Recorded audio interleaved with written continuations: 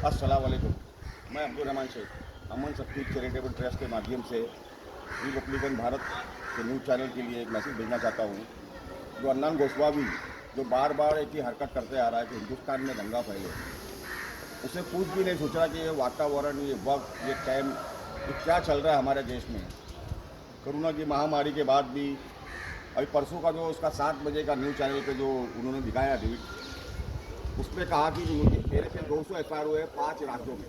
अब वो supreme court से जाके 21 दिन की राहत लेके आने के बाद भी उन्होंने नहीं सुधरे।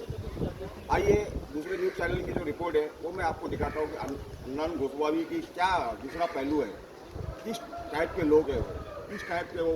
मैं तो उन्हें कहूँगा कि सुपारी किलर है, सुपारी किलर, देश का वातावरण खराब करने वाले सुपारी किलर।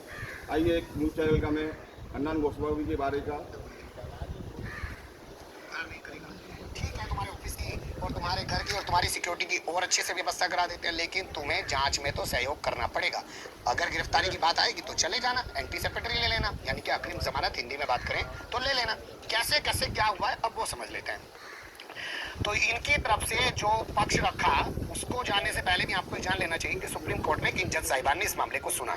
Justice D.Y.. चंद्रचूड़ और जस्टिस एम.आर. शाह की बेंच ने इनके मामले को सुना। इनकी तरफ से पूर्व अटॉर्नी जनरल, भाई छोटा मोटा आदमी थोड़ी है, अर्नब गोस्वामी है, अटॉर्नी जनरल इस वक्त का भी लगा सकती थी सरकार वेणुगोपाल साहब को।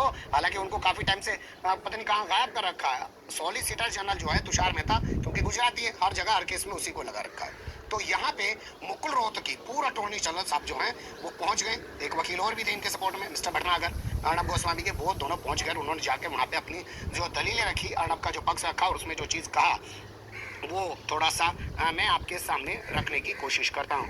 इन्होंने कहा कि जो सवाल उठाए गए हैं वो सवाल उठाने का इन्हें अधिकार है, ये पत्रकार हैं, ये सवाल उठा सकते हैं। तो इन उस सवालों के बाद इन पे जिस तरीके के हमले हुए हैं, इनको सुरक्षा दिया जाना, इनकी सुरक्षा सुनिश्चित करना काफी जरूरी है। कोर्ट को इस पे ध्यान देना चाहिए। ये अर्नब ये ने कि पालघर की एक ही घटना पर एक सवाल पहलू, उठाते हुए एक वहां ही की पुलिस पर सवाल अन्ना गोस्वामी के बारे में छोड़ क्यों दिया उन्हें, इतने सारे सिक्योरिटी गार्ड। एक रिपोर्ट और दूसरी रिपोर्ट में बताऊंगा अन्ना गोस्वामी के बारे में। ये शख्स शांति वातावरण का सुपारी किलर, इसको बोलूँ तो भी कम है, जिन्होंने सुप्रीम कोर्ट से 3 हफ्ते की राहत की सांस ली, लेकिन उसके बाद में भी ये नहीं सोच रहे कि मेरे ये करने से हिंदुस्तान का वातावरण खराब हो सकता है। मैं जाति तौर पे अपने आप को हीट करने के लिए भारत देश में और कोई न्यूज़ चैनल ऐसी कोई दुर्घटना, ऐसी कोई समाज से दूसरे को नुकसान पहुंचे, ऐसा कोई भी नहीं दिखा रहा है। सिर्फ ये रिपब्लिकन भारत के अन्ना गोस्वामी जो दिखा रहे हैं, जो कर रहे हैं, जो चिल्ला पुकार कर रहे हैं और अपने डेविड पर जो लोगों को बुला रहे हैं, और जो लोग उनके खिलाफ जाते हैं तो उनको बात करने का मौका भी नहीं देते। और टंके की चोट पे कहते हैं कि मैं यहाँ बैठा हूँ, मुझ पर जितने एफआईआर हुए, कानून का उल्लंघन है या नहीं है।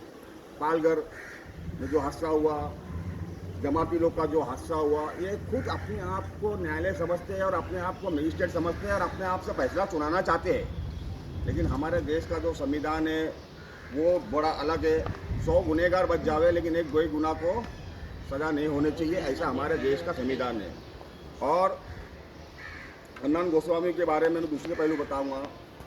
जो हमारे यूपी के सीएम है, मुख्यमंत्री आदित्य योगीनाथ, जिनके बारे में पहले क्या कहते थे, आज क्या कहते, तो ऐसे आदमी को क्या कहते हैं हमारी भाषा में मालूम है? जा बोझा वहाँ सो जा। ये जो कहावत है अन्ना गोस्वामी के बारे में फीड पड़ती है, जा बोझा वहाँ सो जा। इसके पहले आदित्य योगीनाथ के बारे में ये क्या कहते थे, आइए सुनते हैं।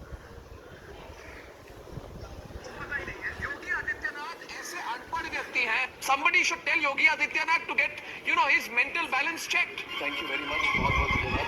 Thank you so much for joining me, Yogi ji. I'd like to congratulate you on your 100 days in governance.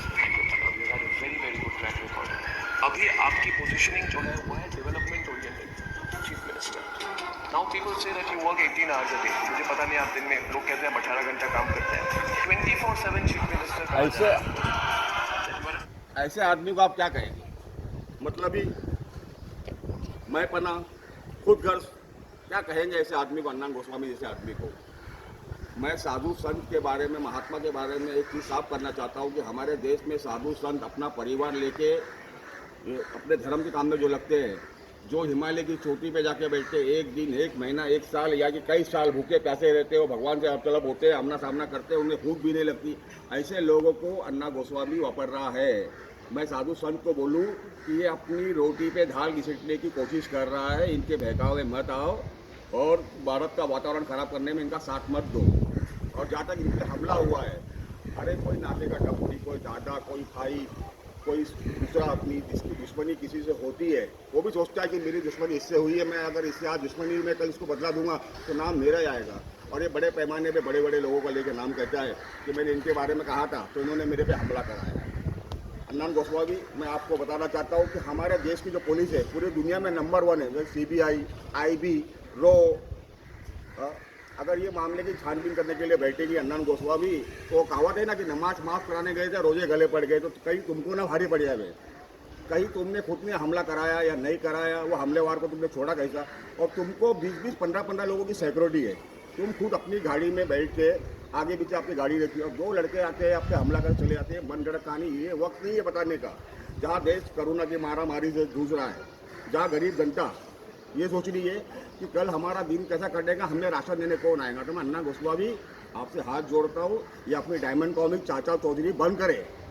इसमें आप अपने आप को तो हिट कर दोगे, लेकिन अगर 1% भी देश का वातावरण खराब हुआ तो आप पे कितनी कलम लगेगी मालूम है क्या? 120B, मतलब प्लानिंग।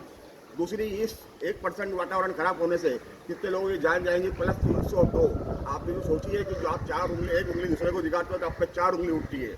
आने वाले दिनों के लिए ये जो आपका जो इंटरटेनमेंट का जो कार्यक्रम है, रोज़ शाम को 7 बजे और रात में 11 बजे दिखाया जाता है TV के ऊपर, ये बचा के रखिए। जब हम खुशियाँ बांटेंगे, जब हमारे देश से कोरोना हटेगा तो हम आपका एंटरटेनमेंट करेंगे ना, आपका न्यूज़ चैनल देखेंगे। हाँ, डायमंड कॉमिक चाचा चौधरी, आप रिपोर्टर लोग के नाम पे, जो रिपोर्टर ने अपनी रिपोर्टिंग के लिए अपनी जान दे दी, आज उनकी आत्मा कितनी आपसे शर्मगार है, कितने आपके बारे में सोचती होगी कि हमारी बलिदानी को आपने कहाँ लाके खड़ा कर दिया। आप कहते हो कि आज तक वाला ने दिखाता, भाई क्यों दिखाएगा? कोई भी सच्चा रिपोर्टर इस वक्त कोई फालतू न्यूज़ क्यों दिखाएगा जब पूरा देश कोरोना की मारामारी में जूझ रहा है।